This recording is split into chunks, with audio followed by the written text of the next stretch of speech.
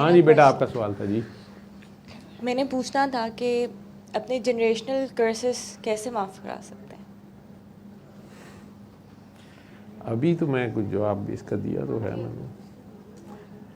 कई 2-3 तरीके मैंने आपको बताए ना, कि एक तो ये है कि अगर विरासत में कोई चीज़ आ रही है तो फिर विरासत अपनी छोड़ दें। जैसे फिज़िकल है, कोई जायदाद है, ठीक, उस जायदाद में वो पीछे कत्ल हुए हैं उसी जायदाद के ऊपर, जुल्म हुआ हुआ है, और वही जायदाद आपके पास आती है।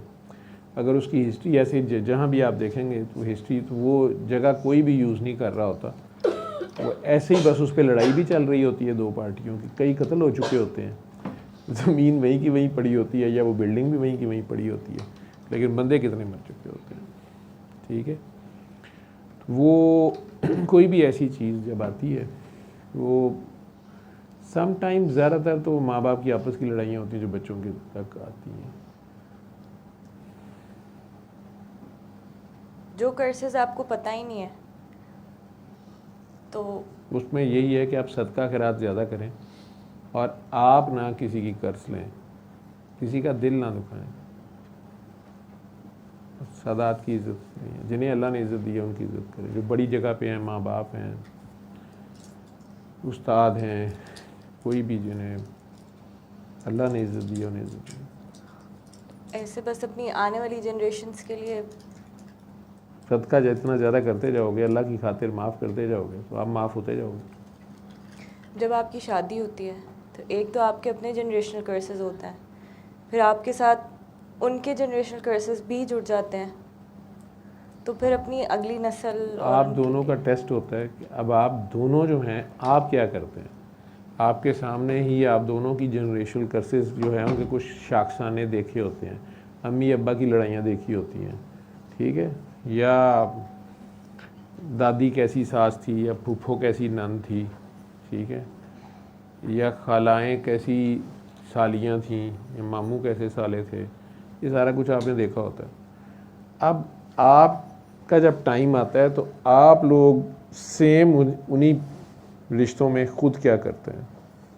आप मियाँ बीवी बनते हैं तो क्या आप भी उसी से लड़ाइयाँ लड़ते हैं, या कि आप बिल्कुल नहीं उस पाथवे को पकड़ते।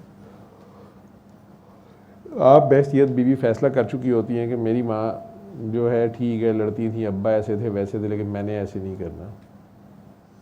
ठीक है, सिचुएशन ऐसी आ भी जाती है, आप उस तरह नहीं बिहेव करते। लेकिन अगर आप कहते हैं कि नहीं, वहाँ आप भी टिट फॉर टैट करते हैं, जहाँ आप सारी उम्र माँ को या बाप को एक्यूज़ कर रहे होते हैं कि ये क्या किया उन्होंने, ना करते, हमारा सोचते, फलां करते, आप पे वही सिचुएशन आती तो आप भी वही कर रहे होते हैं, तो फिर तो वो कंटिन्यूशन होती है। और अगर वहाँ पे आप सेक्रीफाइस कर जाते हैं या कॉम्प्रोमाइज़ कर जाते हैं, या यूँ कहो कि आप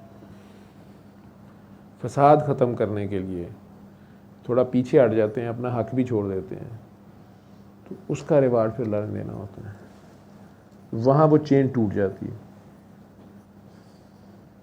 समझ रहे। और ख़ुद की हुई ज़्यादतियाँ या दुख जो आपसे पहुंचा उसको अपनी अगली जनरेशन्स के लिए कैसे माफ़ कराएं, मतलब जिनको दुख दिया उनसे दुआ निकलवाएं। अगर पॉसिबल ना हो, पॉसिबल ना हो तो फिर ज़्यादा से ज़्यादा वही मैं कहूँगा ना, सदका कुर्बानी वो ज़्यादा करें, उस नीयत से सदका कर दें। हाँ, और उनको सवाब भेज दें जिनका नुकसान किया था।